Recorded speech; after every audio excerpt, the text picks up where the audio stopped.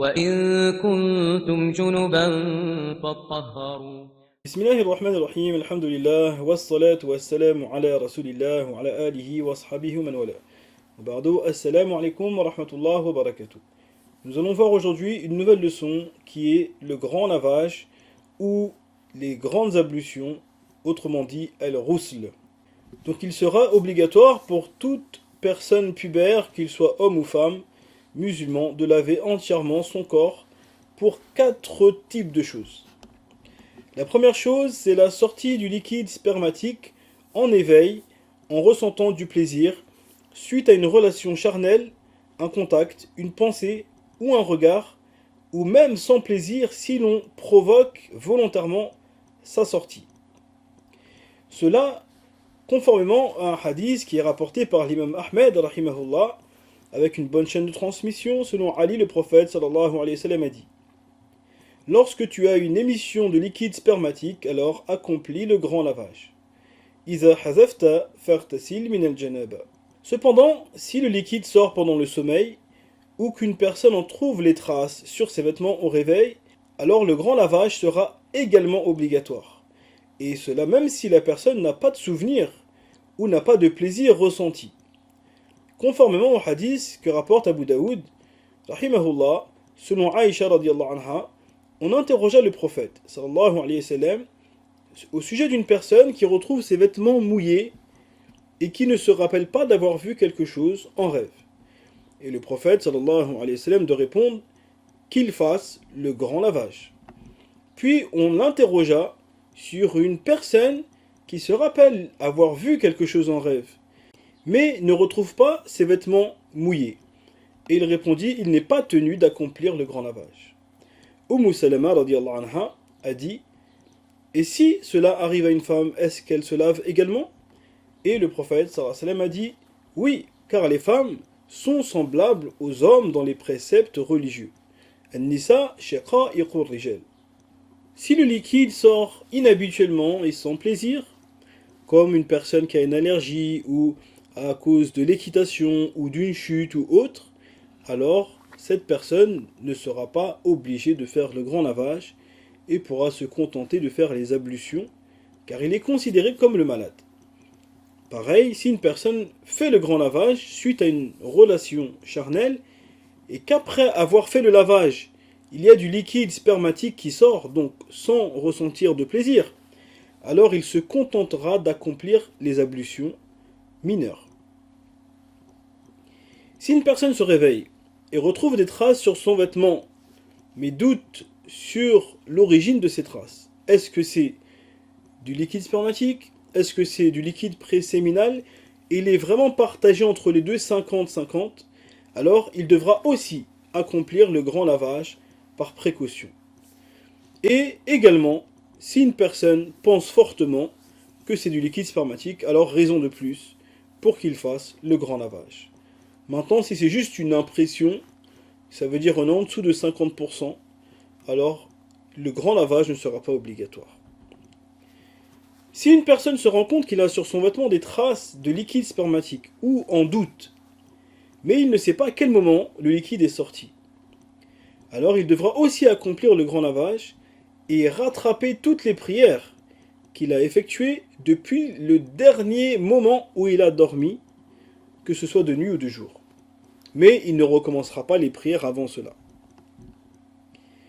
Deuxième annulatif des grandes ablutions, la pénétration de la tête de la partie génitale de l'homme pubère ou mâle dans la partie génitale de la femme, ou le postérieur, qu'il soit vivant ou mort, qu'il soit des êtres humains ou des animaux, même si certaines de ces choses sont blâmables, voire même interdites dans l'islam, comme la sodomie, ou d'avoir des rapports avec un mort ou des animaux, mais maintenant, les juristes recherchent la question de savoir si cela se produit, alors qu'en est-il? Ils disent oui, la personne devra faire les grandes ablutions, le grand lavage, avec bien sûr le péché acquis. Conformément au hadith que rapporte Muslim, rahimahullah, selon Aïcha radiyallahu anha, le prophète sallallahu alayhi wa sallam a dit: lorsque les 2 points de circoncision se touchent, le grand lavage devient obligatoire. إذا جلس بين شعابها الأربع ومس الختان الختان فقد وجب الغسل. Si l'un des deux n'est pas pubère, alors le grand lavage pour ce dernier n'est pas obligatoire mais recommandé. Troisième chose qui annule les grandes ablutions, les menstrues. Même si cela dure un court instant, il faudra accomplir le grand lavage avant d'accomplir les prochaines prières. Conformément au hadith que rapporte Al-Bukhari, rahimahullah, selon Aïcha radiyallahu anha, le prophète sallallahu alayhi wa sallam a dit à une femme qui s'appelait Fatima bint Abi Hubaysh radiyallahu anha, lorsque viennent les menstrues, alors laisse la prière, puis quand elles s'en vont, alors accomplis le grand lavage et prie. إذا أقبلت الحيضة فدعي الصلاة وإذا أدبرت فاغسلي عنك الدم وصلي. Quatrième et dernier annulatif des grandes ablutions, l'élochi, qui est le sang qui sort suite à l'accouchement. S'il n'y a pas de sang qui sort, la femme devra quand même faire le grand lavage avant d'accomplir les prières suivantes suite à l'accouchement.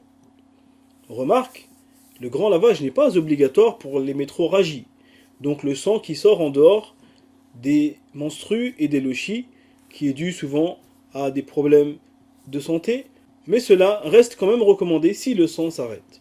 Quelles sont les obligations pendant le grand lavage? Il faut savoir qu'il y a 5 choses obligatoires à effectuer pour que le grand lavage soit valide. Première chose, l'intention. Au début, on met l'intention d'accomplir l'obligation du grand lavage, ou d'enlever l'état d'impureté majeure, qu'on dit hadès akbar, ou janaba, ou on met l'intention d'autoriser ce qui est interdit en état d'impureté majeure, ou encore d'accomplir la prière, par exemple.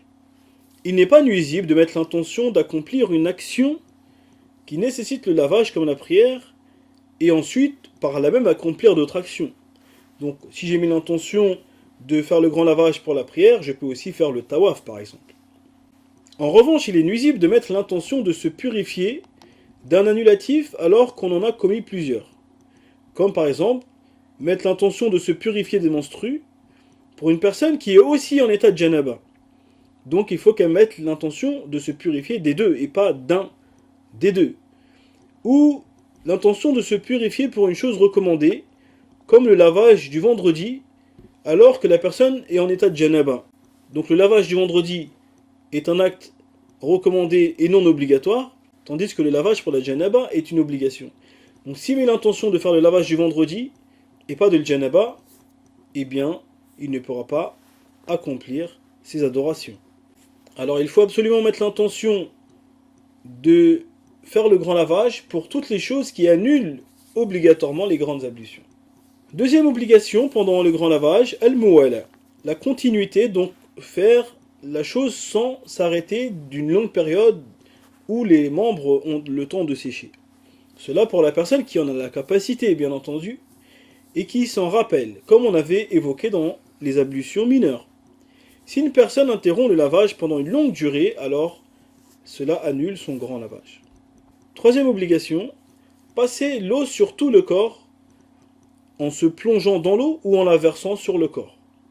Conformément au hadith que rapporte Abu Daoud, rahimahullah, selon Ali, radiyallahu anhu, quiconque laisse la place d'un cheveu où ne parvient pas l'eau pendant le grand lavage, Allah fera de lui ceci et cela dans le feu.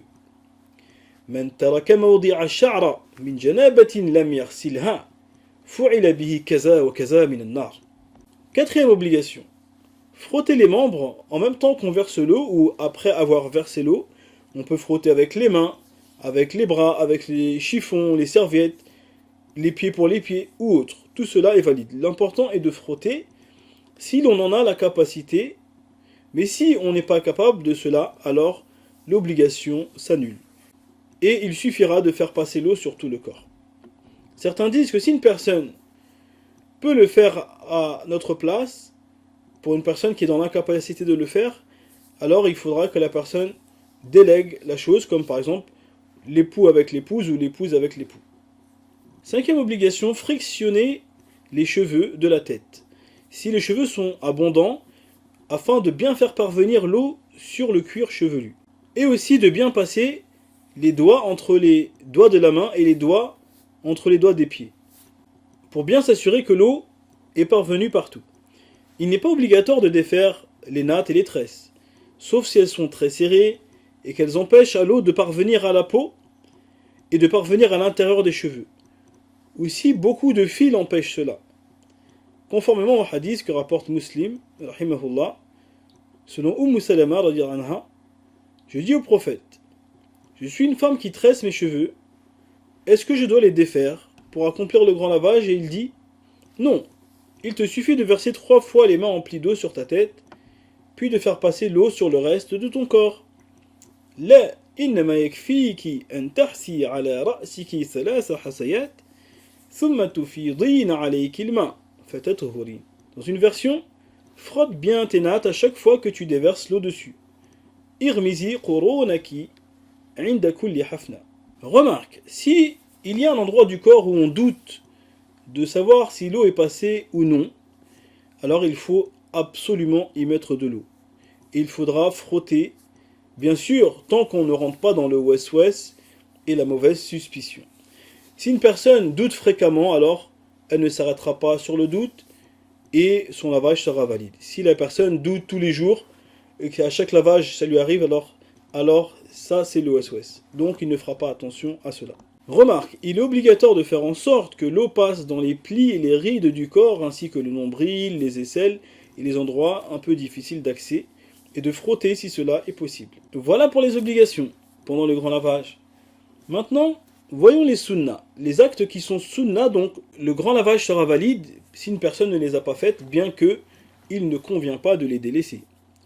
Donc première sunna, laver les mains avant de commencer jusqu'au poignet à l'extérieur du récipient, selon la description qu'on a mentionnée lors des ablutions. Deuxièmement, rincer la bouche, el-madmada, comme pour les ablutions. Ensuite, rincer le nez, el-istinshaq, comme pour les ablutions. Ensuite, faire ressortir l'eau du nez, el-istinsaq, comme pour les ablutions. Et enfin, humidifier l'entrée des tympans sans faire entrer l'eau à l'intérieur, bien entendu, pour ne pas nuire à notre santé. Remarque, si une personne a accompli les ablutions avant de faire le grand lavage, alors il n'est pas nécessaire de recommencer ces sunnas puisqu'elles sont comprises dans les ablutions. Enfin, quels sont les actes recommandés pour le grand lavage? Tout ce qui est recommandé pendant les ablutions est recommandé pendant le grand lavage. Comme chercher un endroit propre, s'orienter vers la qibla, dire bismillah, minimiser l'eau, ainsi que de commencer par enlever les souillures du corps, puis ce qu'il en reste sur les mains, et nettoyer les parties intimes avant le grand lavage. Donc comment se passe le grand lavage? Il est recommandé de commencer par laver ses mains, au début jusqu'au poignet 3 fois, comme pour les ablutions. Puis on nettoie les souillures du corps, on met l'intention du grand lavage obligatoire ou de sortir de l'état d'impureté majeure. Puis on lave les parties intimes devant et derrière une fois, puis on rince la bouche et le nez. Et ensuite on lave le visage, et on accomplit les ablutions une fois pour chaque membre. Et ensuite on fait passer l'eau sur les cheveux en frictionnant bien le cuir chevelu. Et ensuite on lave la tête entièrement 3 fois. Puis on lave le cou, puis les épaules jusqu'au coude, puis on fait couler l'eau sur le côté droit jusqu'aux chevilles, et de même pour le côté gauche, devant et derrière. Et si l'on doute sur un endroit où l'eau n'est pas passée, alors on passe de l'eau, sans bien sûr tomber dans le wes-wes ou la mauvaise suspicion, si ce n'est pas fréquent. Remarque, les petites ablutions sont comprises dans le grand lavage. Et pour ça, il n'est pas nécessaire de refaire les petites ablutions après avoir fait le grand lavage, même si on ne les a pas faites au début et qu'on n'avait même pas mis l'intention. Bien sûr, à condition qu'on n'ait pas commis d'annulatif des ablutions pendant ou après le grand lavage. Donc si on fait le grand lavage, cela suffit pour les grandes et petites ablutions, mais si je commets un annulatif des ablutions, effectivement, je referai les ablutions. Autre remarque, si les ablutions sont accomplies avant le grand lavage, et qu'on accomplit ensuite le grand lavage, alors il n'est pas nécessaire de refaire passer de l'eau sur les membres des ablutions pendant le grand lavage. Autre point, il est permis de mettre une double intention pour le grand lavage. Je peux mettre l'intention de faire le grand lavage pour le janaba, l'état d'impureté majeure, et aussi pour le vendredi, par exemple. Il est possible de rassembler les deux intentions. Pareil, si je mets l'intention d'accomplir un lavage obligatoire, à la place d'un lavage surérogatoire, c'est valide aussi, puisque j'ai mis l'intention du plus fort, alors le plus faible entre dedans. Mais si je mets l'intention du plus faible, je mets par exemple l'intention d'accomplir le lavage du vendredi, alors que je devais faire le lavage obligatoire pour la janaba, alors cela n'est pas valide. Il est sunna d'accomplir le grand lavage du vendredi, et aussi avant de se mettre en ihram pour la personne qui va au pèlerinage. Et il est aussi recommandé de faire le grand lavage pour la fête des 2 Eid avant la prière et aussi avant d'entrer à la Mecque. Il est recommandé pour une personne en état de janaba d'accomplir les petites ablutions avant de dormir, pas de tayammum. Et ces ablutions, elles seront un peu particulières parce qu'elles ne s'annuleront pas, sauf avec un rapport charnel, alors que les autres annulatifs n'annuleront pas ces petites ablutions qu'on fera avant de dormir pour alléger l'état de janaba. Quels sont les actes qui sont interdits quand on est en état d'impureté majeure ou de janaba? Donc il n'est pas permis d'accomplir ce qu'on n'a pas le droit d'accomplir en état d'impureté mineure. Ça veut dire, lorsqu'on n'a pas les petites ablutions à l'oudo, on n'accomplit pas la prière par exemple, le tawaf, on ne touche pas au Coran, le fameux hadith connu La yamassul Qur'an illa tahir, personne ne touche le Coran sauf quelqu'un de pur. Donc tout cela aussi est valable pour l'état d'impureté majeure. Et en plus de cela, la récitation du Coran ne sera pas permise pour la personne qui est en état d'impureté majeure, janaba, même s'il est enseignant ou étudiant, exception faite de la femme indisposée. Parce que la femme indisposée ne peut pas accomplir le grand lavage pour enlever son état. Contrairement à la personne qui est en état de janaba, il lui suffit de faire le grand lavage et ensuite il peut lire le Coran. Bien entendu, si une personne veut simplement faire des invocations qui contiennent des versets coraniques, ou se soigner, ou mentionner une règle de la religion, alors il peut le faire malgré tout en état de janaba, en mentionnant un ou plusieurs versets. Donc on prend cette interdiction du hadith que rapporte Ahmed, rahimahullah, selon Ali, le prophète sallam lisait le Coran, et rien ne l'empêchait de le lire sauf l'état de janaba, d'impureté majeure. كان يقرأ القرآن ولم يكن يحجزه إلا الجنابة. Parmi les choses aussi qu'on ne pourra pas accomplir, qu'on ne pourra pas effectuer pendant l'état d'impureté majeure, c'est d'entrer dans la mosquée, même pour passer chez les malikites. Conformément au hadith que rapporte Abu Daoud, rahimahullah, selon Aïcha radhiyallahu anha, le prophète sallallahu a dit: je n'autorise pas la mosquée à une femme indisposée ou une personne en état de janaba. Il a dit: la uhillu al-masjida li ha'idin wa la junub. À moins que la personne soit autorisée à faire les ablutions sèches comme un malade qui ne peut pas se servir de l'eau, ou un voyageur, ou autre qui ne trouve pas d'eau. Alors pour cela, il sera permis d'accomplir at-tayammum, les ablutions sèches, et ensuite d'entrer à la mosquée, et même d'y prier, d'y passer la nuit en cas de nécessité. Il sera permis également d'entrer pour une personne en bonne santé, qui n'est pas en voyage, mais qui est contraint d'y entrer pour se protéger, pour nécessité, s'il ne trouve pas d'eau à l'extérieur.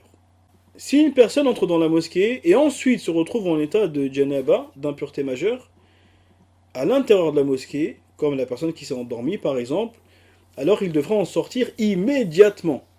Il ne pourra pas rester à la mosquée dans cet état, sauf dans les cas qu'on vient de mentionner. Remarque, il n'est pas permis chez les malikites d'entrer à la mosquée pour un non-musulman, comme est le cas pour un musulman en état de janaba, sauf en cas de nécessité absolue, comme si il est nécessaire que la personne entre pour accomplir un travail, par exemple. Voilà, notre leçon se termine. Nous demandons à Allah subhanahu wa ta'ala de nous accorder à tous une science utile, et à très bientôt, j'espère. Assalamu alaikum wa rahmatullah wa barakatuh.